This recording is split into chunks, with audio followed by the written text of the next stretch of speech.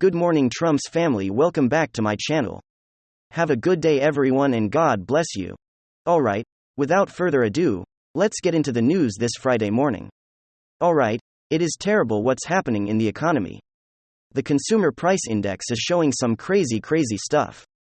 And Bloomberg actually reported this: utility delinquencies, as reported by Bloomberg News. In a rare moment of honesty, this reporter, Steve Cortez, for a legacy media platform, they share that an astounding 20 million American households are currently behind in paying their utility bills. That's 1 in 6 households, folks. 1 in 6 households have 1 in 6 households here in the land of abundance. In America, the richest country in the world, cannot afford the simplest, most basic necessity of paying for power in their homes. Now, the article goes on. And this is based on Bloomberg data of a tsunami of shutoffs. As disconnection of services, pandemic moratoriums start to expire across the country. Laws people are still have electricity, even though they're behind because the moratorium which have been extended by Democrats and what have you, but that's going to most of those, I believe, are going to expire across the country right in time for winter. White House Press Secretary Karine Jean-Pierre, both of America is economically stronger than ever. Of course, they are children of liars, they are, and they say the exact opposite of what's going on. So why can't these citizens afford power? Well, the answer largely lies in explosion in electricity prices under Biden, almost amidst a sea of soaring overall inflation.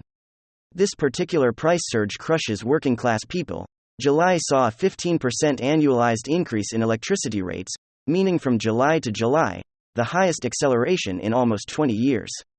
Our European brothers and sisters over in Germany, are now having energy rationing. And they're fearing riots over their energy crisis. I guess it was great to sanction Russia, wasn't it? Or did we really? Or is it in full effect? I'll get to that. That's the next story here. As officials in their country expressed their fears about future gas rights this winter, that the German government has announced a host of new energy and energy rationing rules that will come into effect starting next Thursday. Now, I'm not going to get more into that, just showing you that once again, these forces globally don't think about their citizens when they enforce policy. Just a small little reminder. Ukraine isn't a NATO country. Now let's get back to the damage that we have with all of these sanctions against Russian goods. This is a very interesting article. This is from today, Breitbart News. On a hot, humid East Coast day this summer, a massive container ship pulled into the port of Baltimore loaded with sheets of plywood, aluminum rods, and radioactive material, all sourced from the fields, forests, and factories of Mother Russia.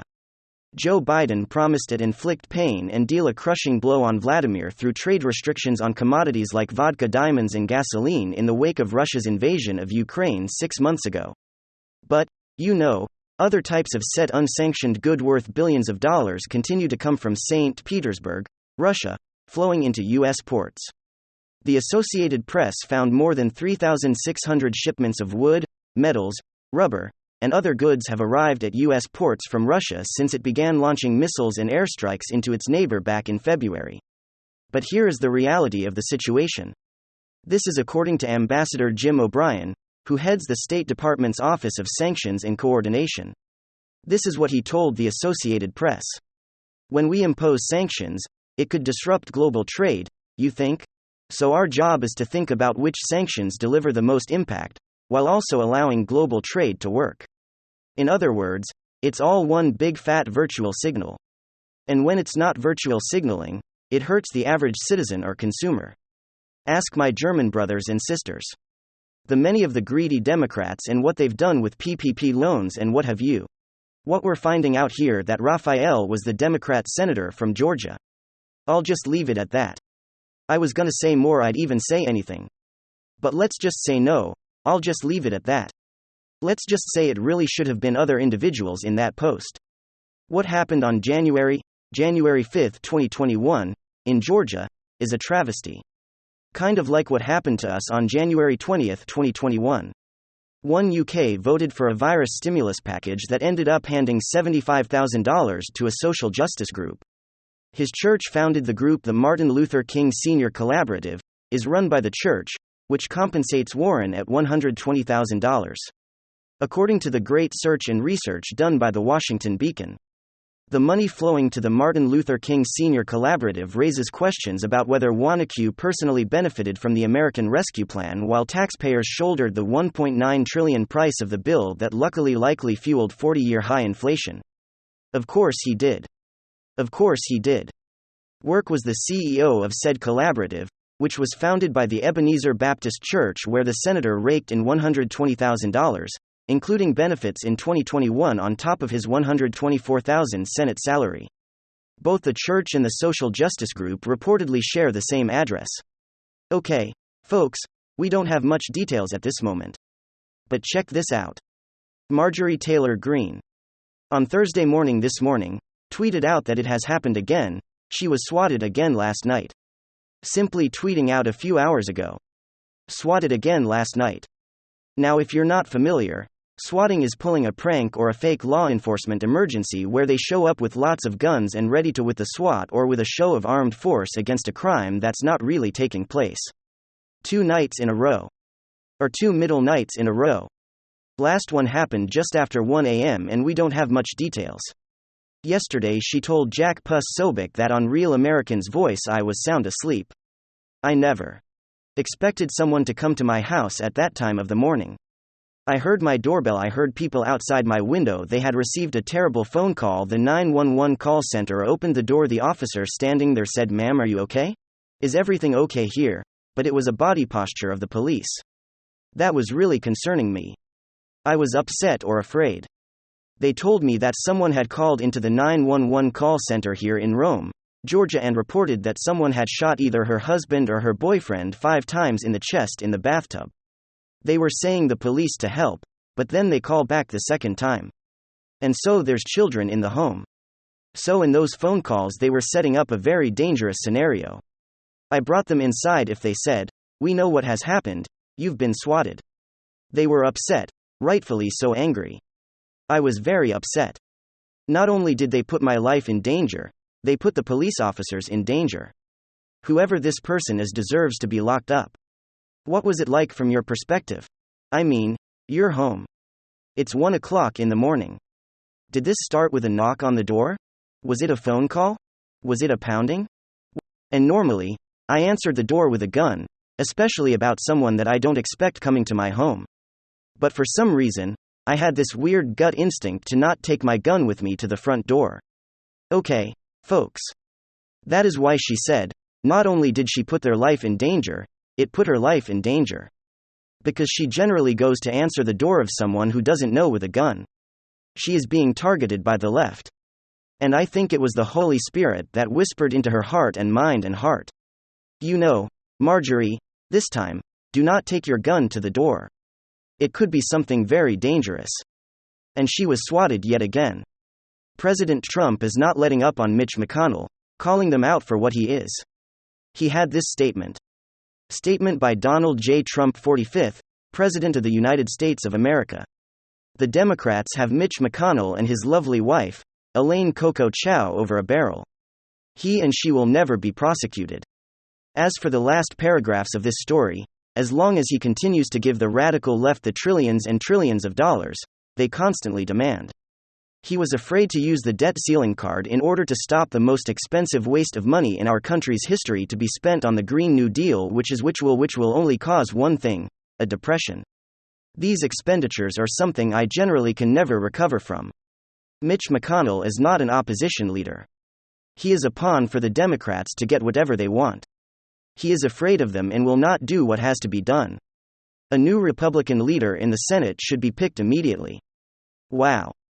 So President Trump saying that Mitch McConnell is the cause of the upcoming depression. And that not only is he a pawn, he's not an opposition leader that got him and his wife over when you say they've got him raked over barrels. And it's true. I remember reporting on that they didn't use all of the Republicans didn't use everything they had in the defense against the crazy Democrats. So he is a pawn, he is an ally. He is one of them. Essentially, he is part of the establishment swamp. And this has led the most expensive waste of money on our country's history, which will cause a depression that President Trump says it is not something we can ever recover from. Daunting prognosis of what's to come by President Trump. By the way, the IRS is waiving $1.2 billion in penalties for late filers of 2019 and 2020 taxes while they just hired a bunch of 87,000. Or they're about to hire a whole bunch of more agents to go after us. Something here doesn't make sense. Oh, they have a backlog that they want to clear. So they're just going to waive the filings. So if you're a responsible individual like one who paid your taxes on time, filed on time, did everything by the book, too bad. You're not going to get a reimbursement for doing the right thing. The late filers of 2019 and 2020 taxes. Incredible. Incredible. A failure to pay, a failure to file penalty is charged on taxes. Tax was not followed, return by the due date. The fine is a percentage of the taxes that weren't paid on time. To qualify for the refunds, taxpayers must file any 2019-2020 tax returns that were originally due in 2020 and 2021 by September 30th of this year. Now, of course, I have an accountant I pay and have always had accountant for years. This happens when you're business owner that does both my corporate and my personal taxes. And you've got to pay them to do this work. You can file extension and you still have to pay. But deadbeats, they get off. They get off scot-free. And I guess we're supposed to just believe that they're not going to come after us with these new agents. Alright, folks, want to report this absolutely great news. On May 18th, Nina Yanka-Witz resigned from her role in leading the Department of Homeland Security's Disinformation Governance Board. She had previously, by the way, of course, pushed tons of falsehoods, also known as fake news. But somehow, she was going to lead this Department of Homeland Security's its Information Governance Board. Remember, she also claimed that the Hunter Biden laptop was disinformation, and she also pushed the Steele dossier. These people don't even care that we know what's going on. They didn't expect the pushback that they got. Now, here's what we have from the DHS. This disinformation board has now been officially terminated. Remember when they fired her or let her go? They said that they were going to take a hiatus. 3 weeks later, on May 18th, Nina Yanka-Witz, who was tapped by the White House to have the board say she had submitted her resignation and confirmed that the board's work was paused. The DHS or that they issued a statement confirming that the board will not convene, and its work will be paused. But DHS officials will carry out critical work across several administrations to justice information that threatens the security of the country. Well, here's what we have from the DHS.gov. Statements from the Department of Homeland Security following the recommendation from the Homeland Security Advisory Council regarding its Information Governance Board. The department welcomes the recommendations, which has concluded that countering disinformation that threatens the homeland and providing the public with accurate information in response is critical to flooding the department's mission. We thank the subcommittee for its work, which required extensive fact-gathering analysis over a short period of time, in accordance with the REAL recommendation. Secretary of Homeland Security Alejandro has terminated the Disinformation Governance Board and rescinded his charter effective August 24, 2022. Of course, I'm sure they weren't expecting the pushback. For instance, Missouri and Louisiana served subpoenas to Dr. Fauci, to Nina Yanka-Witz, to Korean Jean-Pierre and others in the Missouri and Louisiana lawsuit alleging collusion between the Biden administration and big tech in silencing speech. And they got a whole bunch of other pushback. And Marcus has just thrown in the towel, is dusting his hands off and said no. And folks, and has ended the charter and has put this whole mess behind and terminated this. Suppose it this information board. It's a win. And given what's going on right now, we'll take it. That's what I got for you guys. Hopefully you enjoyed it. If you did, make sure to leave a like and possibly subscribe to the channel. If you're up for it, I'm gonna get back to work. Thanks for watching.